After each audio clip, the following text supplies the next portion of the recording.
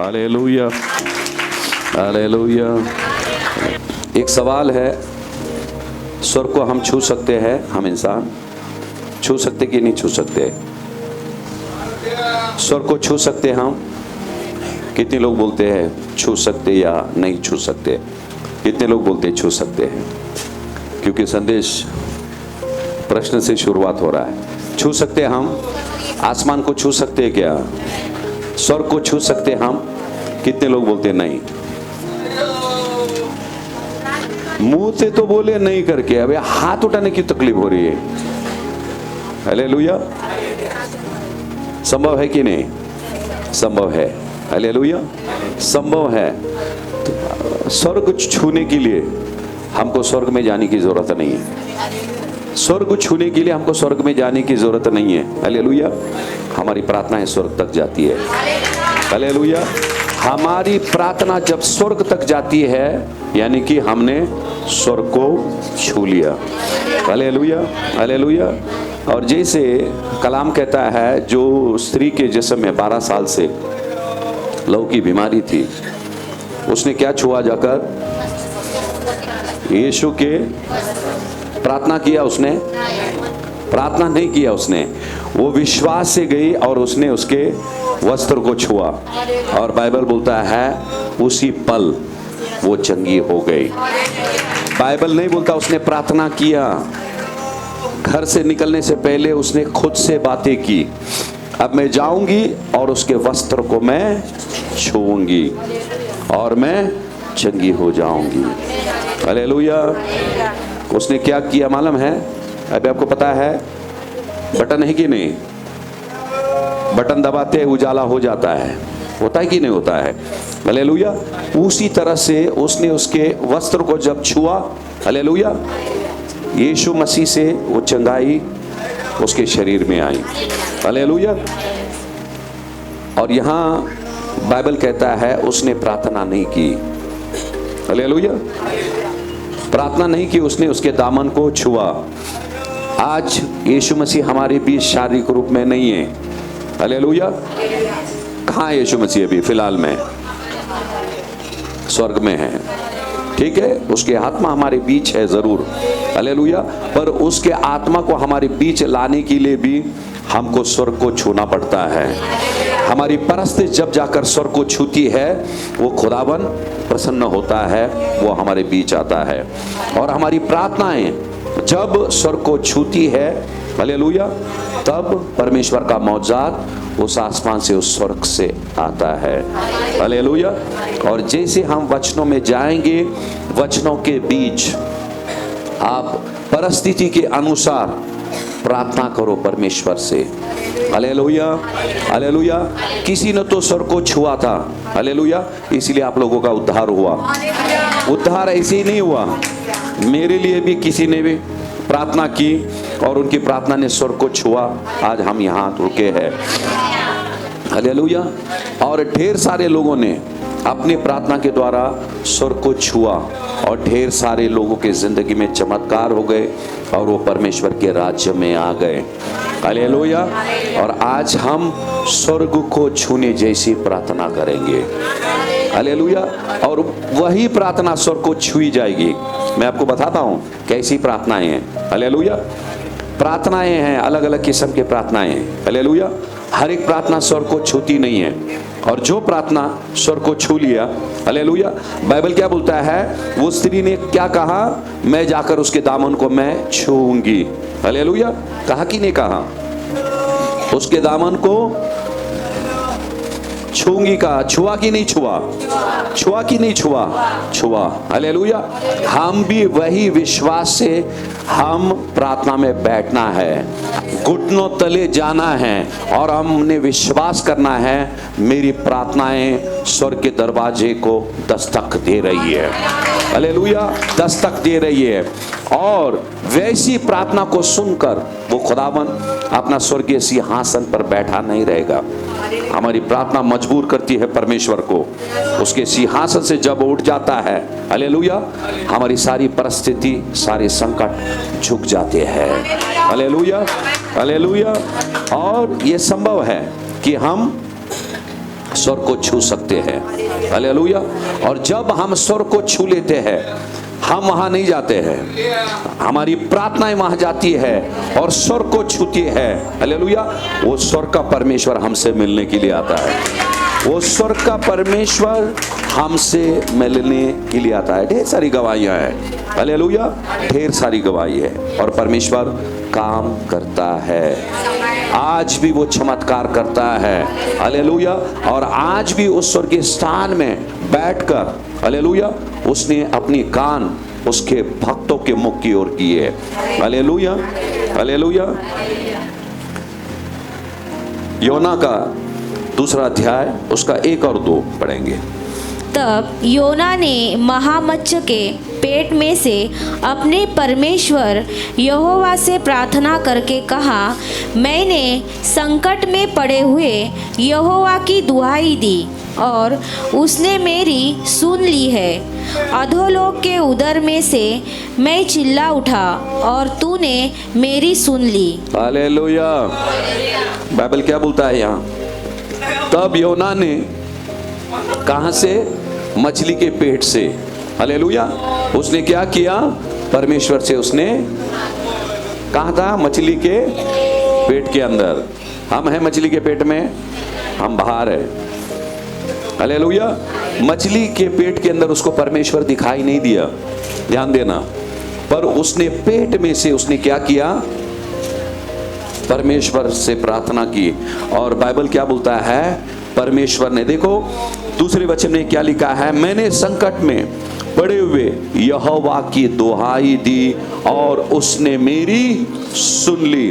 अधोलोक उधर में से मैं चिल्ला उठा और तूने मेरी सुन ली। कहां? मछली के पेट से कह रहा है कि तूने मेरी सुन ली। हालेलुया। हालेलुया। और यही प्रार्थना हमने करनी है। कहां पड़ा था? संकट में पड़ा था, पर उसको विश्वास क्या था? प्रार्थना ढेर सारे लोग करते हैं, पर उनका विश्वास नहीं है कि उनका प्रार्थना आसमान को छुआ कि नहीं छुआ। जब हमको विश्वास है आसमान को छुआ, इसका मतलब परमेश्वर ने हमारी प्रार्थना सुन ली है। ये बात अलग है कि चमत्कार कब होनी है। आपको उतना तो विश्वास होना चाहिए कि परमेश्वर ने आपकी प्रार्थना को सुन ली है। इब्रानी 4:16 पढ़ेंगे। इसलिए आओ हम अनुग्रह के सिंहासन के निकट साहस बांध कर चले कि हम पर दया हो और वह अनुग्रह पाए जो आवश्यकता के समय हमारी सहायता करे। हालेलुया। इस शब्द पे गौर करो। हम अनुग्रह के सिंहासन के निकट इहाव बांध कर आए। अनुग्रह के सिंहासन के पास हम कैसे आए? इहाव बांध कर आए। कहां? अनुग्रह का, अनुग्रह का, अनुग्रह करने वाला कौन है? वो परमेश्वर है। वो अनुग्रह करने वाला परमेश्वर का सिंहासन कहां है? स्वर्ग में है, स्वर्ग में है। पर बाइबल यहां क्या कहता है? हालेलुया। इसलिए आओ हम अनुग्रह के सिंहासन के निकट, उसके निकट हम कैसे जाएंगे? निकट, उस सिंहासन के निकट कैसे जाएंगे हम? हालेलुया। प्रार्थना के द्वारा। आप दुनिया के किसी भी कोने में रहे, वो जगह मायने नहीं रखती है। हालेलुया। वहां से की हुई प्रार्थना क्या कर सकता है? स्वर्ग को छू सकता है। हालेलुया। हालेलुया। फिर से मैं कहता हूं, आपके लिए भी अपनी प्रार्थना द्वारा किसी ने स्वर्ग को छुआ है। हालेलुया। हालेलुया। शीर्षक वही है, क्या आपकी प्रार्थनाएं स्वर्ग को छू रही क्या? हालेलुया। ये सवाल हम खुद से करें और पवित्र आत्मा जवाब देगा और उसके अनुसार हम हमारे प्रार्थना में, जीवन में बदलावट लाए। हालेलुया। भजन संहिता 3 अध्याय का 4 वचन। मैं ऊंचे शब्द से यहोवा को पुकारता हूँ और वह अपने पवित्र पर्वत पर से मुझे उत्तर देता है। हालेलुया। क्या लिखा है? मैं क्या करता हूँ? यहोवा को पुकारता हूँ और वो अपने पवित्र पर्वत से क्या करता है? मुझे उत्तर देता है। पवित्र पर्वत से। हालेलुया, यानी कि वो स्वर्ग को दर्शाता है। बाइबल यहाँ क्या बोलता है, जब हमारी प्रार्थनाएं स्वर्ग को छूती है, हालेलुया, उसके वक्त के अनुसार यहाँ उत्तर के बारे में भी लिखा है। मुझे वो क्या करता है, उत्तर देता है। यूहन्ना के किताब में वो नहीं था। बाइबल बोलता है उसने मेरी सुन ली है, और यहाँ बाइबल क्या बोलता है, उसने मुझे उत्तर दिया है। कहां से? पवित्र पर्वत से। Hallelujah, hallelujah. खुदावन से कहेंगे, आज मेरी की हुई प्रार्थना केवल तू सुनेगा नहीं, आशीष, छुटकारा, चंगाई, बरकत और सुकून के स्वरूप में मेरे खुदा वो उत्तर मुझ तक पहुंचेगा। Hallelujah, hallelujah. खुदा करे आज का संदेश और आपके विश्वास को बढ़ाए। हालेलुया। निर्गमन की किताब में जाएंगे हम, 17वां अध्याय 8 से 13 जल्दी पढ़ेंगे। तब अमालेकी आकर रपीदिम में इज़राइलियों से लड़ने लगे।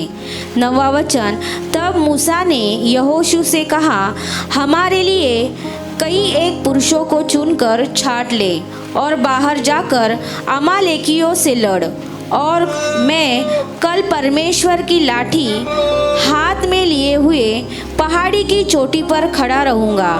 10वां वचन, मूसा की इस आज्ञा के अनुसार यहोशू अमालेकियों से लड़ने लगा, और मूसा, हारून और हूर पहाड़ी की चोटी पर चढ़ गए। 11वां वचन, और जब तक मूसा अपना हाथ उठाए रहता था तब तक तो इज़राइल प्रबल होता था, परंतु जब जब वह उसे नीचे करता तब तब अमालेक प्रबल होता था।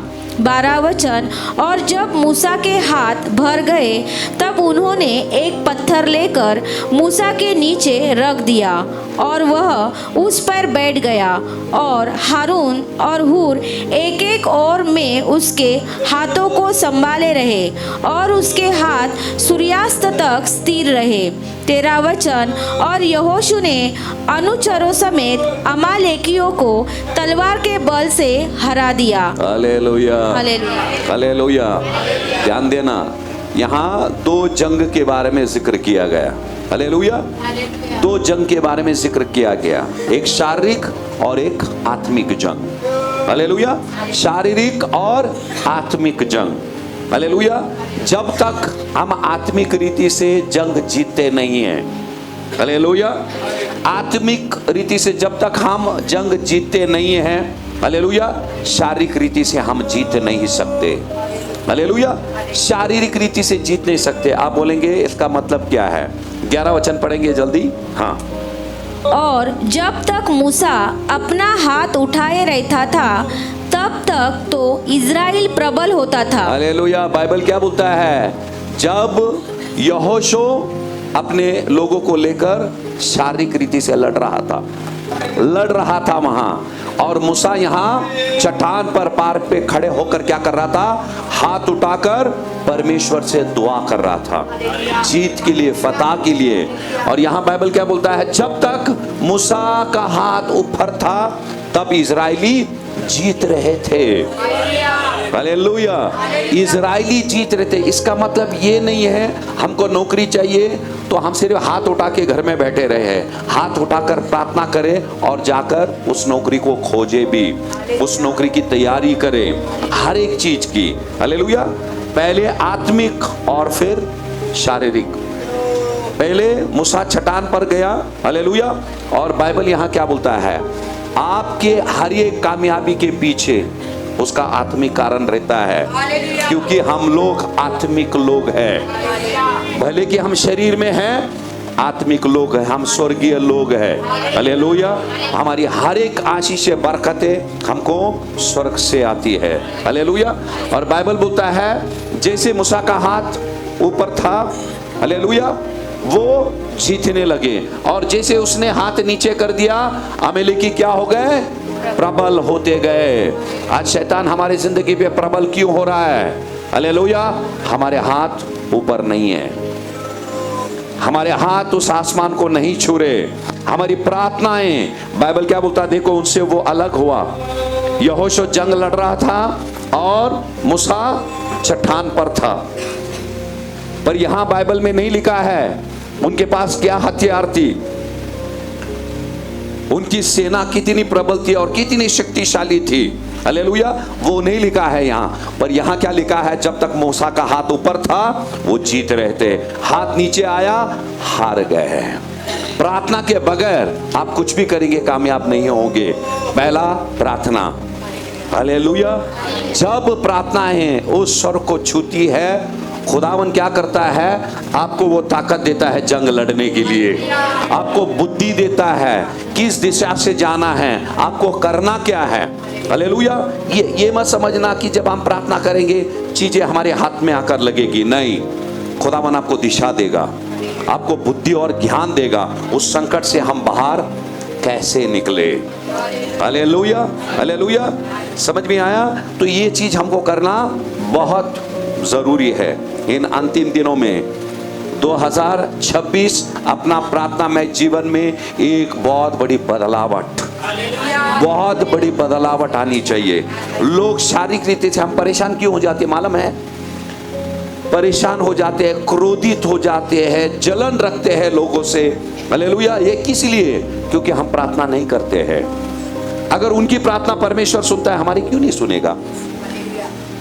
हम प्रार्थना करने के बजाय हम किसी का टांग खींचते हैं, उनकी निंदा करते हैं, हम ढेर सारी चीज। अगर वही वक्त यदि हाथ उठाकर उस आसमान की ओर देखेंगे, हालेलुया, हो सकता है खुदावन उनसे भी ज्यादा आपको दे दे।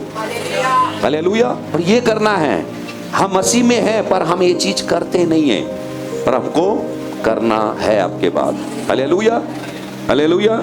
हाँ, आखिरी वचन में जाएंगे, उसका आखिरी वचन।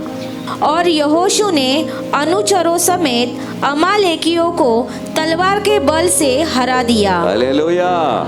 जीत मिली, हालेलुया, पर दुआ की वजह से मिली। पहले दुआ, हालेलुया, फिर हर मर्ज की दवा खुदावन देगा। हर एक मुश्किलों का हल वो सिर्फ प्रार्थना में ही है।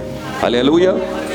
याकूब का 5वां अध्याय का 16 वचन निकलेंगे और इन चीजों को घर जाकर फिर से पढ़िए आप। हालेलुया। हर एक वचनों को। हाँ, इसलिए तुम आपस में एक दूसरे के सामने अपने अपने पापों को मान लो और एक दूसरे के लिए प्रार्थना करो, जिससे चंगे हो जाओ। धर्मी जन की प्रार्थना के प्रभाव से बहुत कुछ हो सकता है। हालेलुया। क्या बोला है? धर्मी जन के प्रार्थना के प्रभाव से क्या हो सकता है? कुछ लिखा है, बहुत कुछ। थोड़ा कुछ नहीं लिखा है, बहुत कुछ हो सकता है। पर उसके सिद्धांत है। हम बोलते हैं हाँ प्रभु धर्मी जन की प्रार्थना, हालेलुया, पर धर्मी कौन है? क्या लिखा है? इसलिए तुम आपस में एक दूसरे के सामने अपने अपने पापों को कबूल करो। हालेलुया। मैंने किसी को चोट पहुंचाया, हाँ, मैंने किसी को चोट पहुंचा दिया, मैं ऐसे ऐसे कह दिया, हालेलुया, और मैं किसी के लिए मैं प्रार्थना कर रहा हूं या मेरे लिए मैं प्रार्थना कर रहा हूं। खुदा क्या बोलता है? मैं खुदा से यदि कहूं मैंने उसको चोट पहुंचाया, प्रभु तू मुझे तू क्षमा कर, परमेश्वर मुझे क्षमा नहीं करेगा। खुदा कहेगा जिसको तूने चोट पहुंचाया है वो तेरे बगल में ही है, तू उससे जाकर माफी मांग। लिखा है कि नहीं लिखा? अपने अपने पापों को मान लो। किसके पास? अपने अपने। मैं मानूंगा, मैं बोलूंगा सारो मुझसे गलती हो गई, सामने वाला बोलेगा सॉरी मुझसे गलती हो गई। हालेलुया। देखो खुदा ऐसे ही कर सकता है, ध्यान देना। अगर सोच रहे मैं किसी को चोट पहुंचा दिया, प्रभु से घुटनों के बल जा रहा हूं, प्रभु तेरा लहू भेज और मुझे तू क्षमा कर, मुझे धो दे, खुदावन धो देगा, मेरे पाप भी क्षमा हो जाएंगे। इंसान का पाप क्षमा नहीं कर सकता है। मैं आपको बता रहा हूं, मैं ये खुदावन ने क्यों कहा? अपने अपने पापों को हम एक दूसरे के सामने कबूल करना है। क्यों?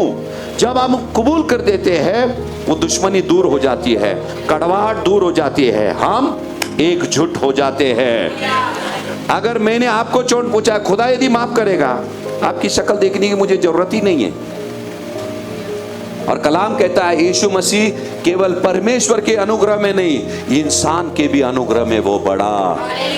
खुदा का बेटा रहते हुए अगर उसको भी इंसान के साथ अच्छे रिश्ते रखने हैं, हालेलुया।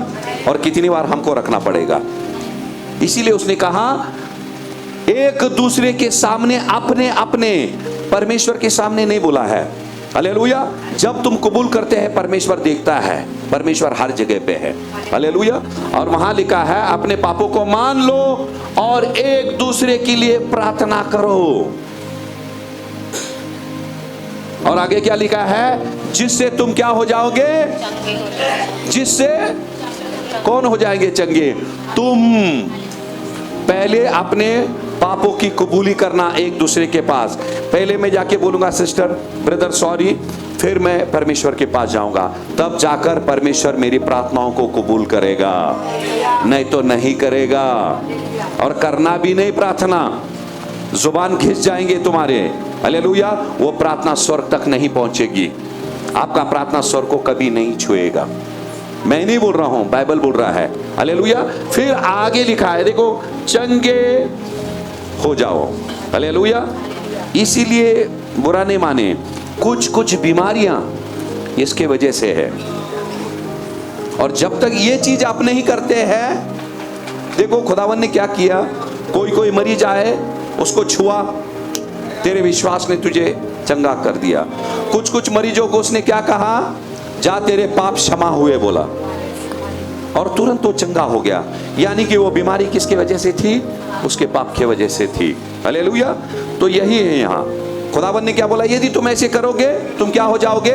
चंगे हो जाओगे। फिर आगे लिखा है, धर्मी जन की प्रार्थना के प्रभाव से बहुत कुछ हो सकता है। थोड़ा नहीं, खुदा बहुत करेगा। अगर आप थोड़ा भी मांगेंगे, वो परमेश्वर आपके लिए बहुत कुछ करेगा।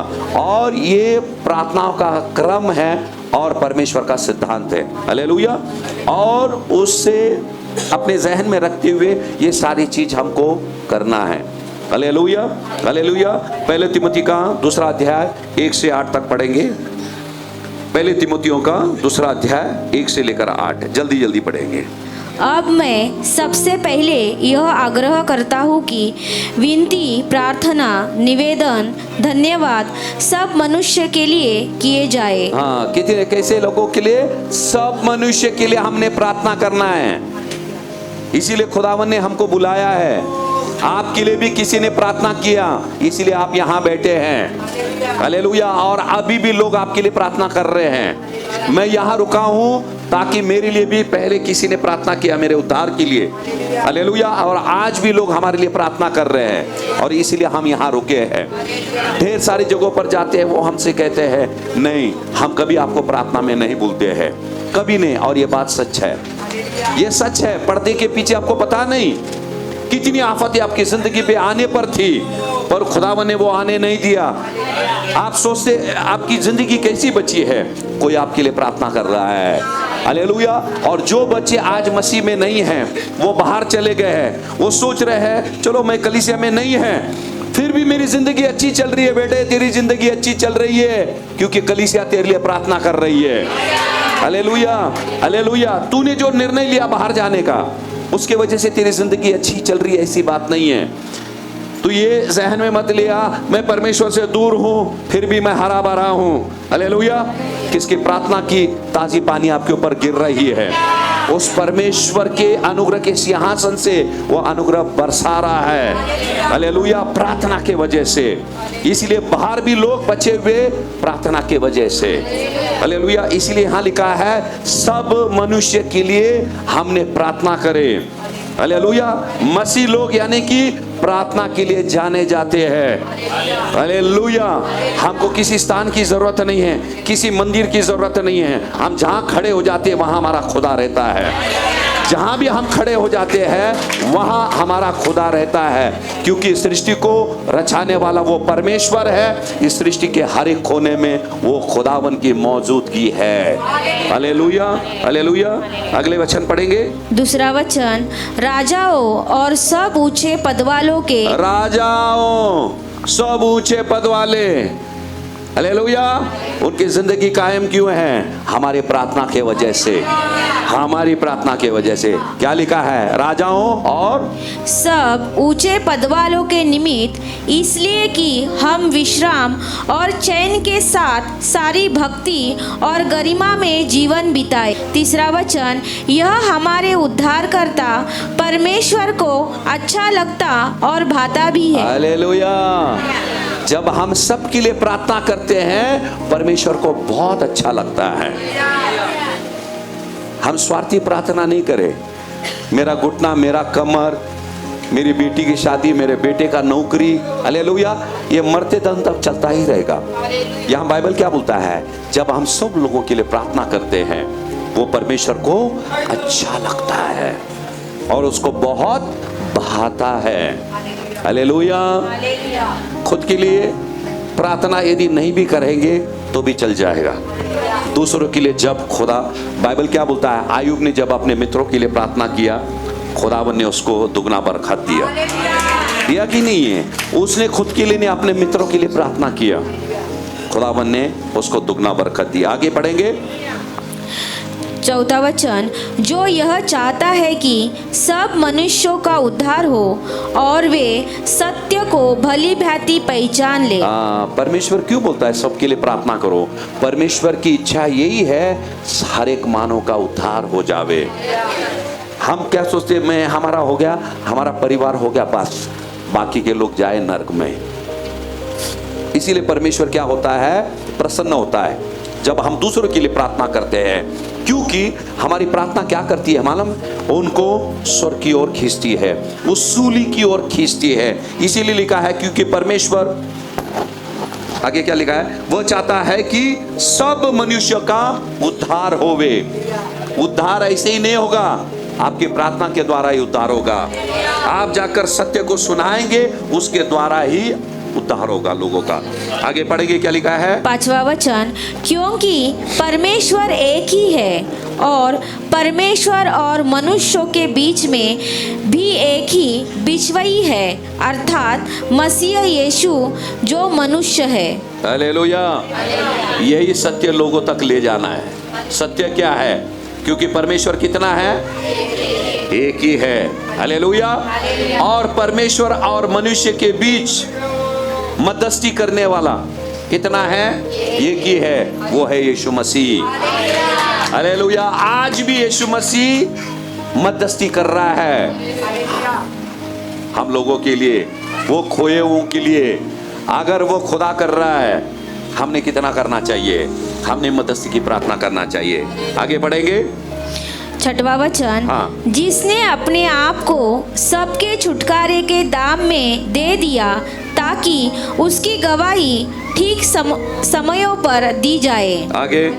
सातवां वचन, मैं सच कहता हूँ, झूठ नहीं बोलता, कि मैं इसी उद्देश्य से प्रचारक और प्रेरित और अन्य जातियों के लिए विश्वास और सत्य का उपदेश ठहराया गया। आठवां आखिरी वचन पढ़ेंगे। आठवां वचन, इसलिए मैं चाहता हूँ कि हर जगह पुरुष बिना क्रोध और विवाद के पवित्र हाथों को उठाकर प्रार्थना किया करे। हालेलुया।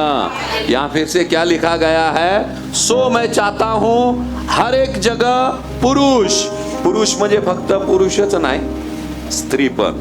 काय का लोक खूप रागीट है कि क्या लिखा है? देखो यहाँ क्या लिखा है कि हर जगह, कहाँ? हर जगह पुरुष बिना क्रोध और विवाद के पवित्र हाथों को। हालेलुया। हालेलुया। जब हम विवाद करते हैं, ये करते हैं, हमारे हाथ पवित्र नहीं रहते हैं, तो हम आसमान की ओर उस हाथ को उठा नहीं सकते हैं। हालेलुया। हर जगह कहीं भी रहे, मैंने अभी कहा, हालेलुया, पर एक शर्त है, हमारे अंदर वो क्रोध, वो विवाद, वो नहीं रहे। ये आपके और आपके प्रार्थना में जीवन के बीच दरार बनती है, समय व्यर्थ जा रहा है। हालेलुया। अगर प्रार्थनाएं परमेश्वर तक जा ही नहीं रही तो उत्तर कहां से आएगा? पहले प्रार्थना जाना चाहिए, स्वर्ग को छूना चाहिए। स्वर्ग को वही चीज छुई कि जो पवित्र है। स्वर को वही चीज छुएगी जो पवित्र, जो नापाक चीजें है वो छत से टकराएगी, आपके सर पे गिरेगी। हालेलुया। यहां लिखा है पवित्र हाथ। हाथ उठाना मतलब ध्यान देना, आप बोलेंगे हाथ उठाना नहीं सिर्फ, ये तो हम हाथ उठाते हैं। हालेलुया। साथ ही साथ हाथ उठाना मतलब क्या? हमारी आवाज को, वो अंदरूनी आवाज को उठाना है, हमारे विश्वास को उठाना है। आप क्या करेंगे? हाथ उठाएंगे, आपका ध्यान घर में रहेगा, सिर्फ शरीर उठा है, आपका प्रार्थना उठा नहीं है आसमान की ओर। हालेलुया। तो आपकी प्रार्थना भी उठना चाहिए। हालेलुया। और कौन सी प्रार्थना? हाथ, यहां क्या लिखा है? पवित्र हाथ। हालेलुया। पवित्र हाथ उठे हैं। हालेलुया। इसका मतलब आपका पवित्र हृदय से वो प्रार्थना आना चाहिए। क्रोध, विवाद ये मत रखो। फिर से मैं बार मैं आपको याद दिलाता हूं। हालेलुया।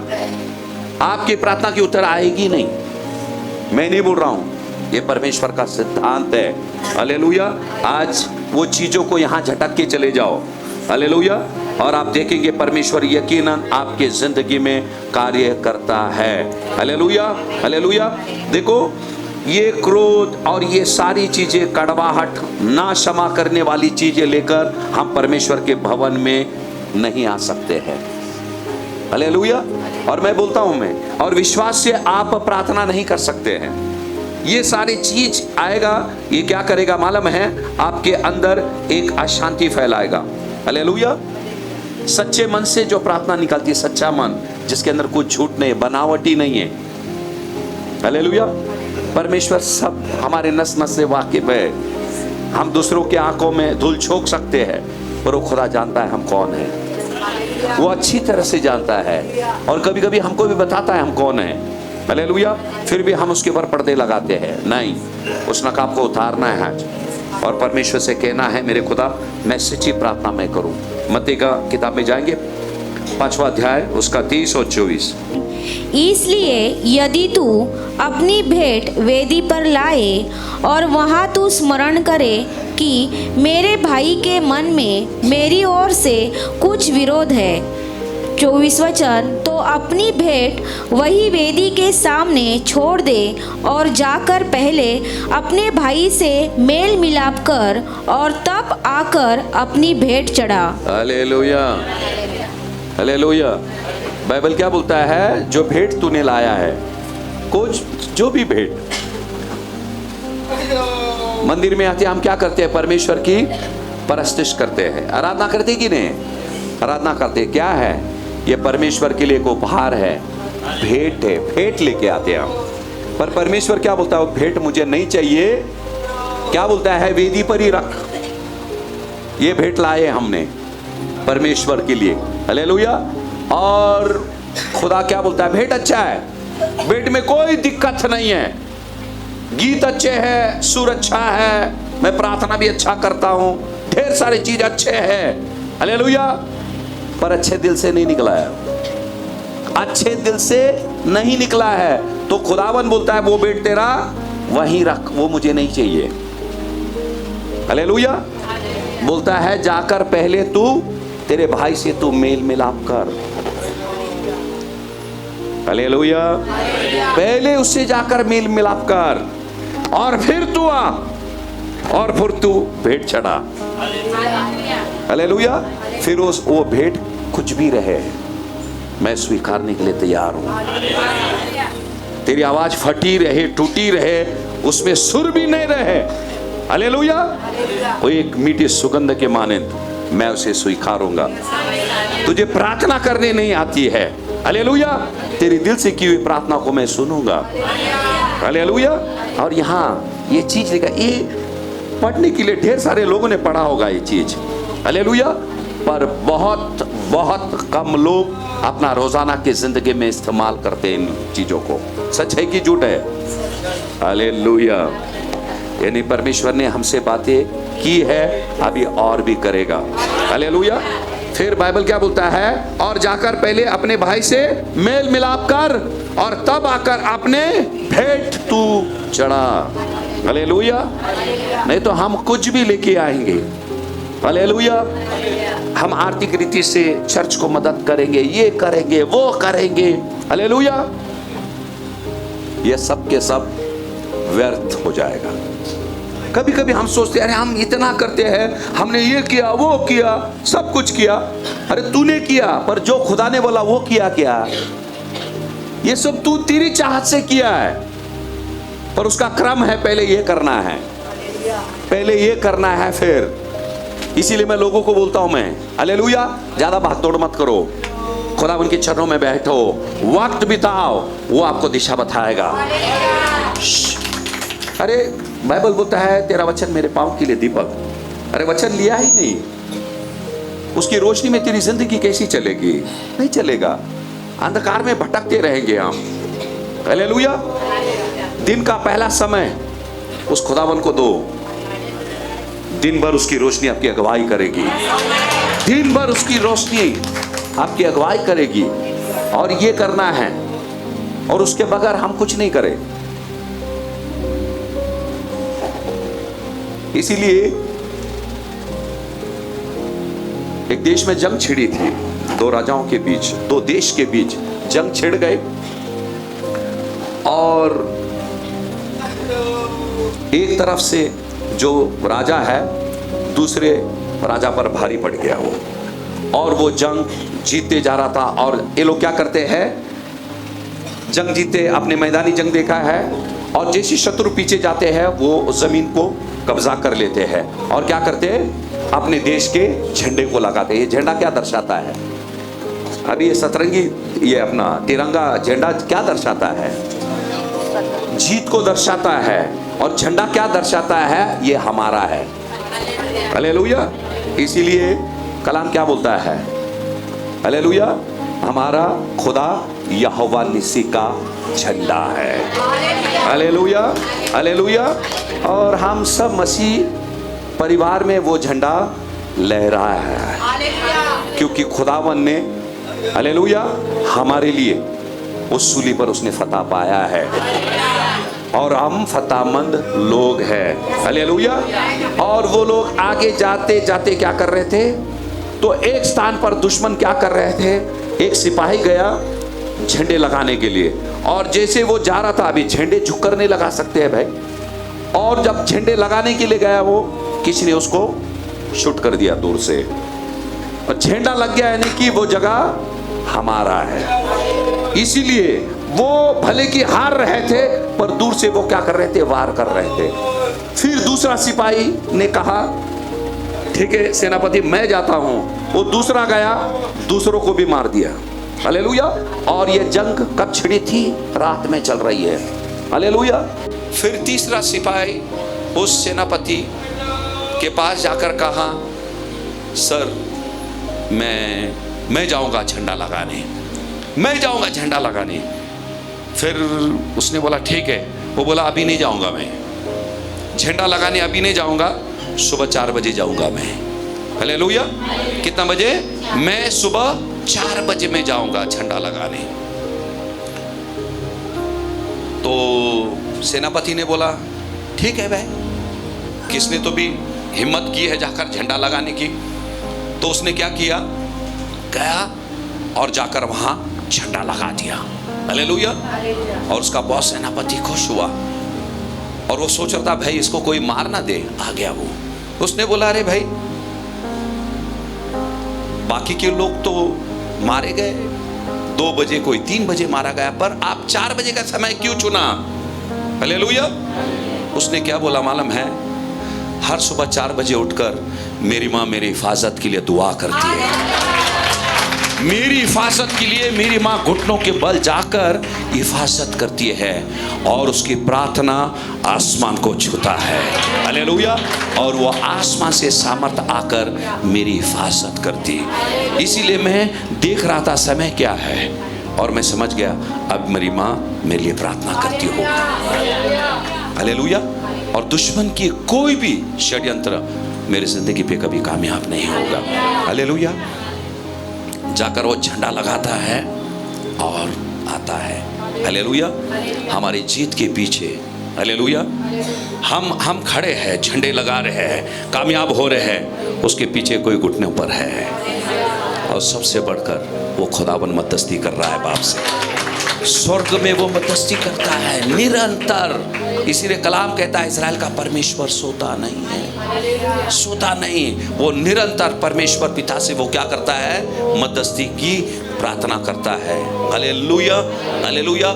और ये मध्यस्थी की प्रार्थना करे हर एक राजाओं के लिए। बाइबल क्या बोलता है, सब लोगों के लिए, सब लोगों के लिए। हम भी नीच थे, हम भी नालायक थे, किसी ने हमारे लिए प्रार्थना की, उपवास प्रार्थना की, रो रो कर प्रार्थना की। हालेलुया। और आज हम यहाँ हैं और आप ही के प्रार्थना से जो खोए हुए लोग परमेश्वर के दरबार में आएंगे। हालेलुया। इसके बाहर नाश है, इसके बाहर अंधकार है, इसके बाहर पीड़ा है। हालेलुया। खुदावन की हुजूरी में आनंद की भरपूरी है, वहाँ छुटकारा है। हालेलुया। और वह वक्त आ चुका है, वो वक्त आ रहा है। हालेलुया। खुदावन हर एक से कह रहा है जाओ, और वो वक्त ऐसे और आने वाला है, लोग आपके पास आएंगे, आपके पास आएंगे, कहेंगे आपके खुदा के बारे में हमको बताओ, हमको बताओ और हमारे लिए प्रार्थना करो। हालेलुया। आएगा जरूर, और उस बेदारी के लिए हर एक की जिम्मेदारी है, और हर एक ने प्रार्थना करे, हर एक ने प्रार्थना करे। हालेलुया। और परमेश्वरी की नई चीजें करेगा। हालेलुया। उत्पत्ति की किताब में जाएंगे 18 अध्याय, उसका 30 और 32 जल्दी से पढ़ेंगे। फिर उसने कहा, हे प्रभु, क्रोध न कर तो मैं कुछ और कहूँ, कदाचित वहाँ 30 मिले।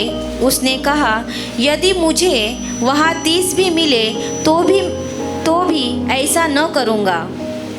31 वचन। फिर उसने कहा, हे प्रभु सुन, मैं इतनी ठिड़ाई तो की है कि तुझसे बातें करूं, कदाचित उसमें 20 मिले। उसने कहा, मैं 20 के कारण भी उसका नाश न करूंगा। 32 वचन। फिर उसने कहा, हे प्रभु क्रोध न कर, मैं एक ही बार और कहूँगा, कदाचित उसमें 10 मिले। उसने कहा, तो मैं 10 के कारण भी उसका नाश न करूँगा। Hallelujah, hallelujah. ये हमारे पास वक्त नहीं है। ये कहाँ हुआ मालूम है? कौन? अब्राहम क्या कर रहा था? किसके लिए मददसी कर रहा था? सोदोम। बराबर है। खुदावन ने बोला, आग बरसाकर मैं उस नगर को मैं नाश कर दूंगा। अब्राहम वहां नहीं रह रहा था, अब्राहम नहीं था वहां। देखो अब्राहम के अंदर, अब्राहम सुरक्षित था,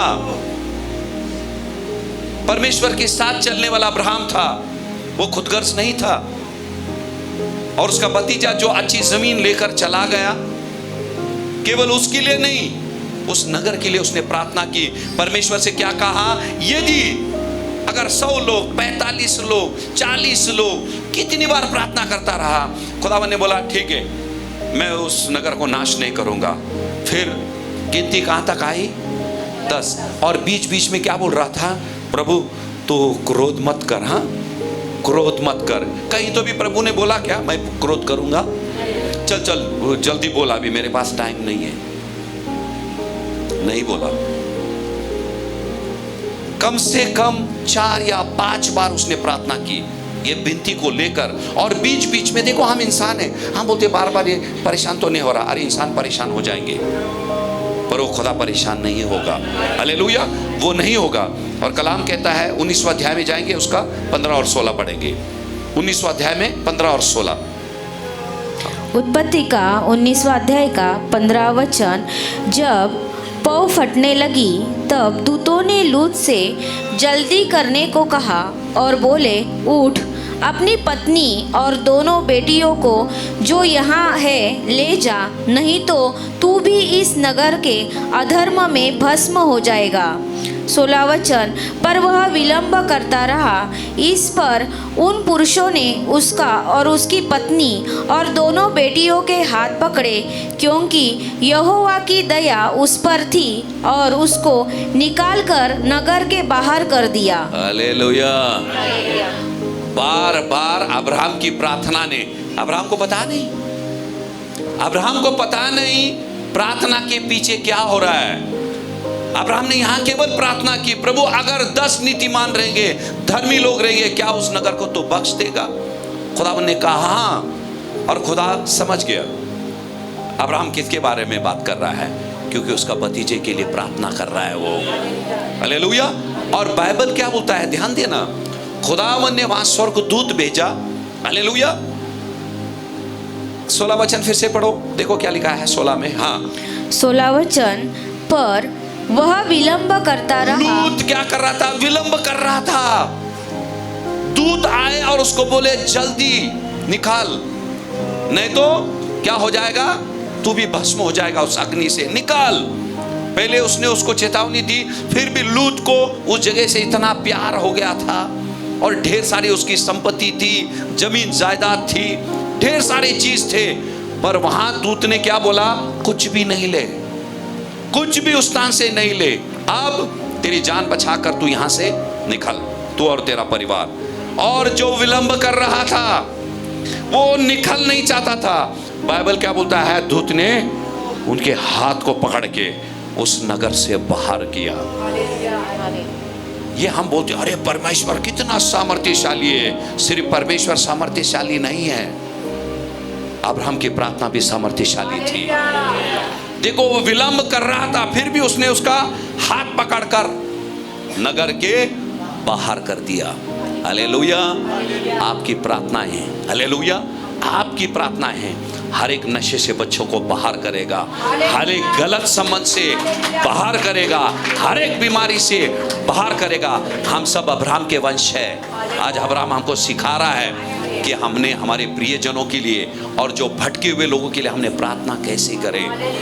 ना चाहते हुए उनको खींचकर उसने क्या किया, उस नगर के बाहर किया। लूत ने प्रार्थना नहीं की, अब्राहम ने प्रार्थना किया। हालेलुया। बाइबल क्या बोलता है, नीचे लो 15। हाँ, यहां क्या लिखा है, तो तू भी इस नगर के अधर्म, इस नगर के अधर्म में भस्म हो जाएगा। वो अग्नि ने भस्म नहीं किया, उस नगर का अधर्म पाप ने उनको भस्म कर दिया। खुदावन को मजबूर किसने किया, उस नगर के पाप ने किया। हालेलुया। और बाइबल क्या बोलता है, देखो अग्नि नहीं लिखा है, इस नगर के अधर्म में तू भी क्या हो जाएगा, भस्म हो जाएगा, उससे पहले उस नगर से तू निकल ले। हालेलुया। और बाइबल क्या बोलता है, खुदावन ने बाहर निकला। Hallelujah, hallelujah. एक स्त्री थी, राजा के पास अक्सर जाती थी, कुछ ना कुछ मांगने के लिए, कुछ ना कुछ मांगने के लिए अक्सर जाती थी। और राजा बोला, तू हमेशा के मुझसे भीख मांगते रहती है, भीख मांगते रहती है, हमेशा भीख मांगते रहती है तू मुझसे आकर। तो स्त्री ने क्या बोला मालूम है, जिस दिन तू भीख देना बंद कर देगा ना, मैं मांगना भी बंद कर दूंगी। जिस दिन तू भीख देना बंद कर देगा, मैं मांगना भी बंद कर दूंगी। इसीलिए खुदावन ने बोला, तू मांग, मैं तुझे दूंगा। हालेलुया। ध्यान देना, हमारा खुदा परेशान नहीं होता है। हालेलुया। वो परेशान, आपकी प्रार्थना सुनने में वो परेशान नहीं होता है, और उसके हाथ देते देते आपको थकते नहीं है। हालेलुया। मांगने वाली जुबान आज नहीं रही, वो लेने वाली हाथ नहीं रही। हालेलुया। यदि मांगने वाली जुबान है, वो सुनने वाला वहां है। हालेलुया। अगर आपके हाथ में, आपके हाथ थके नहीं, हालेलुया, वो खुदावन के हाथ भी थकेंगे नहीं आपको देने में।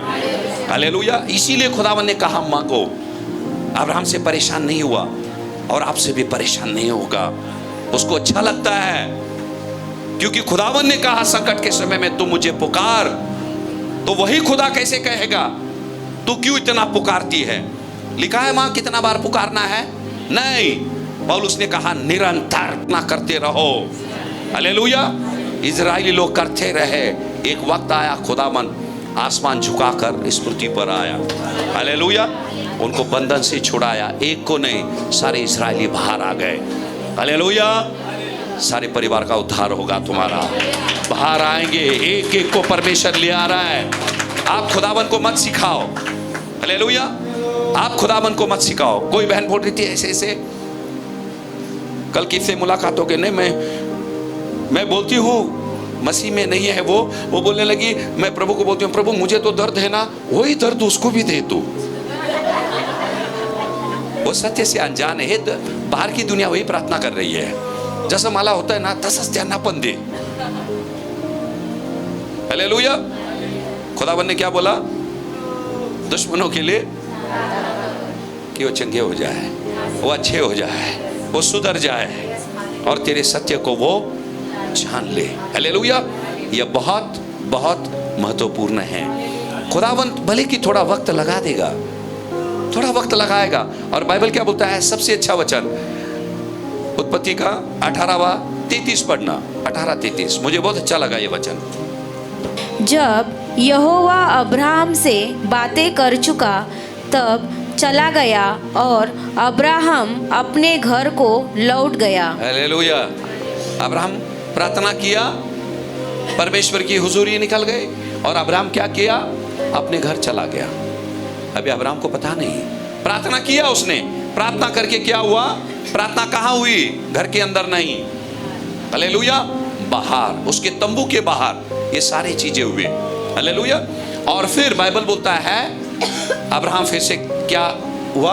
अपने घर वो आ गया। भले कि वो घर आ गया, हालेलुया, परमेश्वर ने उसी वक्त हुक्म दे दी दूतों को और पर्दे के पीछे कार्य चल रहा है। और बाइबल आगे पढ़ेंगे। और जब अब्राहम भोर को उठा, उसने देखा उस नगर से धुआं उठ रहा है और खुदावन ने भस्म कर दिया। Hallelujah, hallelujah. और वहां से उसने क्या कर दिया? लूत और उसके परिवार को बचा लिया। बात अलग है, लूत की पत्नी उतनी सौभाग्य नहीं थी, पर गलती उसकी भी थी। देखो, हाथ पकड़कर अगर दूत तुमको भगा रहा है, आपको पीछे देखने की जरूरत नहीं है। आपकी आशीष पीछे नहीं है मेरे प्यारों, आपकी आशीष आगे है, आगे है। इसीलिए खुदावन ने बोला आगे बढ़ो, आगे चलो। पीछे हमारे लिए कुछ नहीं है, पीछे देखना ही नहीं है। जो पीछे देखेगा आपकी आत्मिक रफ्तार कम हो जाएगी। अगर पीछे देख के चलेंगे, ठोकर खाने की संभावना है, हालेलुया, जो आपको नुकसान पहुंचाएगा। हालेलुया। आपको मैं बता रहा हूं मैं, हालेलुया, इस साल में एक परिवर्तन हमारे जिंदगी में आवे। एक प्रार्थना में जीवन में परिवर्तन जब आएगी, हालेलुया, परमेश्वर का राज्य बढ़ेगा, हालेलुया, और आपकी जिंदगी की आशीषें बढ़ेगी। और आज के बाद स्वार्थी प्रार्थना नहीं करे। मैंने आपको बता दिया, सब लोगों के लिए करना है प्रार्थना, सब लोग, लिखा है वहां। वो परमेश्वर, देखो प्रार्थना आप कर रहे हैं, परमेश्वर फैसला करेगा चीजें कब आपकी जिंदगी में होवे, हालेलुया। और वो विलंब करने वाला परमेश्वर नहीं है, वो सही वक्त जानता है और आपके जिंदगी के लिए सही आशीषें कौन सी है वो जानता है, और उसके अनुसार वो खुदावन आपकी जिंदगी में कार्य करेगा। विश्वास है सबका? विश्वास है? अब्राहम के मानिंद, मूसा के मानिंद ढेर सारे लोग हैं। इन्होंने कामयाबी जिंदगी इसलिए जी क्योंकि वो प्रार्थना करने वाले लोग थे, हालेलुया। और हम भी प्रार्थना करने वाले लोग चाहिए। उसके लिए समय नहीं, स्थान नहीं, हालेलुया। गाड़ी में अकेले जा रहे हैं, अन्य भाषा, हालेलुया, परस्तिश करो उस परमेश्वर की। कौन था अब्राहम के साथ? अकेला अब्राहम था, हालेलुया। और मूसा को पता था इतने समय में खुदावन ने उसको कैसे चलाया, कैसे जीत दी। और वैसे ही उसने क्या किया? यहोशू से कहा तू तेरा काम कर, मैं मेरा काम करूंगा। Hallelujah, hallelujah. एक जोरदार ताली उस परमेश्वर के लिए और जोरदार बजाएंगे, हालेलुया। और वो प्रार्थना की आत्मा इस स्थान पर है, हालेलुया। एक अलग रीति से परमेश्वर आज आपको प्रार्थना में चलाएगा यदि आपकी तैयारी है तो, हालेलुया। और पहले चीज, किसी के लिए अगर दिल में कुछ रहेगा उसको आज निकालना है, पहले निकालना है। खुदावन ने बोला नहीं तो मैं तेरी भेंट को मैं नहीं स्वीकारूंगा और ना मैं तेरी प्रार्थनाओं को। हे अनुग्रहकारी परमपिता, करुणामय परमेश्वर, हम तेरे वचन के सामने दीनता और नम्र होकर हमारे गुनाहों को हम कबूल करते हैं। योना की तरह हम स्वीकार करते हैं कि कई बार हम भी तेरी आवाज़ स्पष्ट रूप से सुनते हैं, फिर भी अपनी ही राह चुन लेते हैं। हे प्रभु, हमें क्षमा कर जब हम तेरी बुलावे से भागते हैं, जब हम तेरी करुणा के विरुद्ध करते हैं और जब हम ये भूल जाते हैं कि तू समंदर और धरती का प्रभु है और तेरी नज़रों से हम कहीं भी छिप नहीं सकते। मेरे खुदा, धन्यवाद करते हैं हम तेरा कि तू ऐसा परमेश्वर है जो दया के साथ हमारा पीछा करता है, जैसे आपने योना की पीछा की। धन्यवाद उन आंधियों के लिए मेरे खुदा, जिस आंधी ने मेरे खुदा हमें जगाया। हे परमेश्वर, हमारे हृदय को जांच कर हमें दिखा कि हम कहाँ भाग रहे हैं, हम कहाँ गलत जा रहे हैं और हमें लौट आने का साहस तू दे। हम स्वयं को फिर से तेरी इच्छा के अधीन करते हैं और ऐसा आज्ञाकारी हृदय मांगते हैं जो तेरे बुलाने पर हाँ कहकर तेरे पीछे चल पाए। विश्वास करते हैं मेरे खुदा, जैसे मछली के पेट से मेरे खुदा तूने योना की प्रार्थना को तूने सुनी, उसी तरह से हमारी भी प्रार्थना को तूने सुन ली। मेरे खुदा, हम तहे दिल से आपके पवित्र नाम को धन्यवाद देते हैं और ये प्रार्थना हम सब मिलकर तेरा इकलौता पुत्र खुदावन यीशु के नाम से मांगते पिता, तो सुन। आमीन आमीन।